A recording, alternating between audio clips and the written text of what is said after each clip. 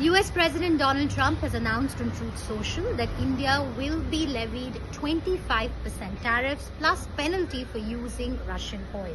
Now, were we expecting this? Yes, sources have been telling us that negotiations had hit a roadblock. India's two red lines on access to agriculture and dairy were a contentious issue between the negotiations between India and the US.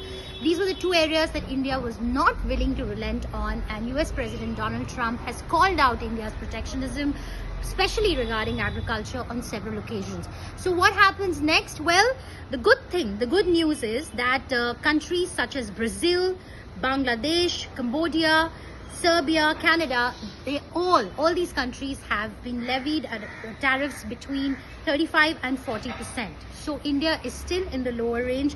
India's tariffs are comparable to, say, South Korea, Malaysia, Tunisia, and so on. Of course, we'll have more details after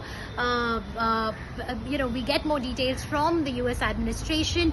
But one thing is for sure, that the Indian side was expecting this, and Indian exporters were in fact saying that they are okay with higher tariffs because they are confident of being competitive, and because the alternative of opening up India's agriculture and dairy markets was not only politically suicidal but economically also. It could have meant a huge step back for India's rural economy.